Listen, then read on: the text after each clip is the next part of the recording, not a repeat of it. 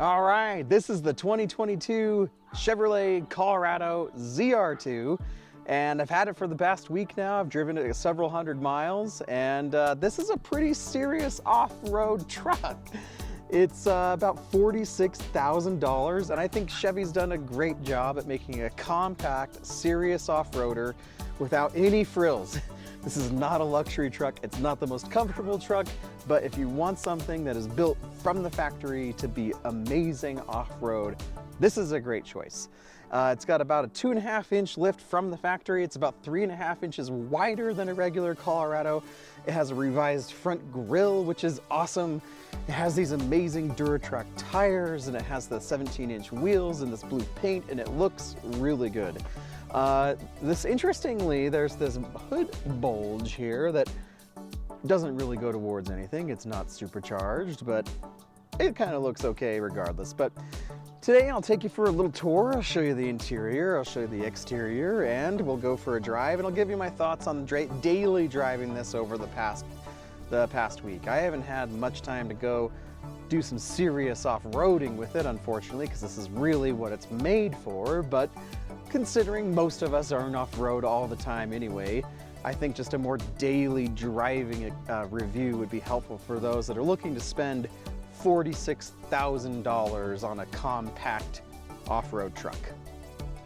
So coming into the Colorado ZR2, it's about what you'd expect. It's nothing really to write home about, you know, fairly narrow and shallow door pockets, maybe room for a wallet or some keys. You do have a water bottle holder, and there's your switches.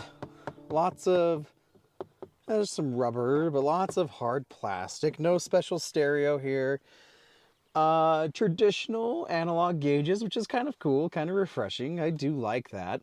A small little center screen that will display a couple different menu items like your speedometer, you know, temperatures, things like that.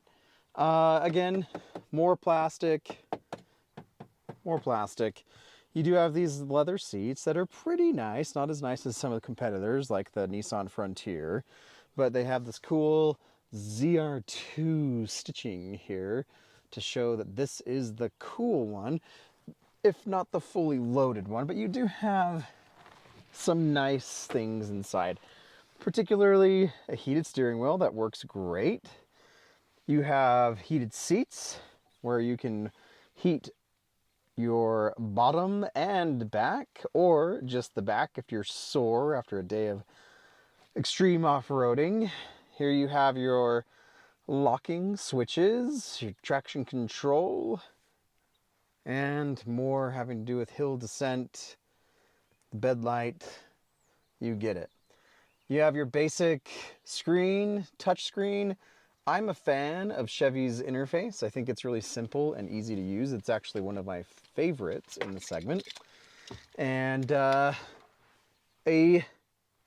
traditional, maybe you haven't seen this in a while, but you actually have to turn the key to get it started. Here are the gauges, I should say. As you can see, go down and you've got 18.2. This is a little more than I've driven. I haven't driven it this much, but the last 500 miles I've averaged about 16 miles per gallon, which is right in line with the city estimates the EPA gives for this Colorado ZR2.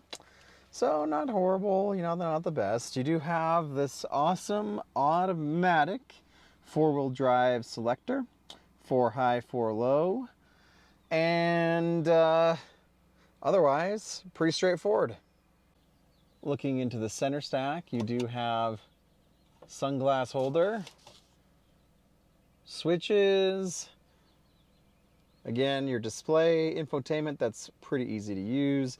You have these cool rubberized knobs that are easy to grab when you're kind of being jostled around off-road.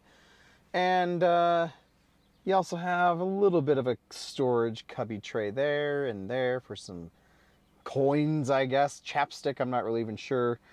This wireless charger that doesn't really fit my iPhone 13. but it probably would fit some smaller phones. And I do have a case on mine. And otherwise, this is, you know, pretty straightforward and simple interior. I do like the steering wheel. It feels good. And I think it's pretty easy to get a comfortable driving position in here as well. All right, so starting off in the 2022 Chevy Colorado ZR2. And this thing's pretty cool. So I've got the window sticker here, and just a couple highlights from it. This has the DSSV Multimatic shocks. This is like the main selling point for the ZR2, and these shocks are great.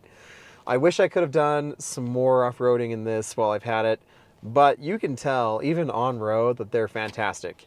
So you've got those, you've got the exterior appearance package for the ZR2, which gives it a much more aggressive appearance. This does not have the full-blown Bison package, which even further accentuates the exterior. But this looks really cool. I almost think that it could have even larger tires, but as is, I think it looks great. The Duratrack tires, I think, are a great choice for this truck, and it looks really good. You also have, you know, your heated steering wheel, heated seats, no ventilated seats. You have your 8-inch touchscreen in here, Apple CarPlay, Android Auto, which are both great. You know, it's a pretty basic truck, if I'm going to be honest with you. It's just projector headlamps, you know, nothing really LED here, no cool LED daytime running lights. But so if bottom line, I'm just going to cut right to it. If you're looking for a truck that is going to be great off-road, and you're not really concerned about bells and whistles and fancy technology and stuff like that, ZR2 is where you're going to want to be. This thing is great off-road. It's phenomenal. And but technology-wise, features-wise, comfort-wise, I don't know. There's a lot of hard plastic in here all over.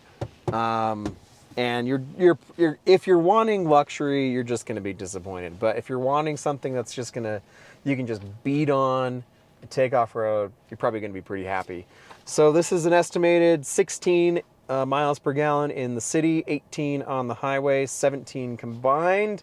And I have been averaging 18.2, so not bad, a little bit better than the estimated. And I've been doing a pretty decent amount of combined driving. So let's take this out on the road, see how it does.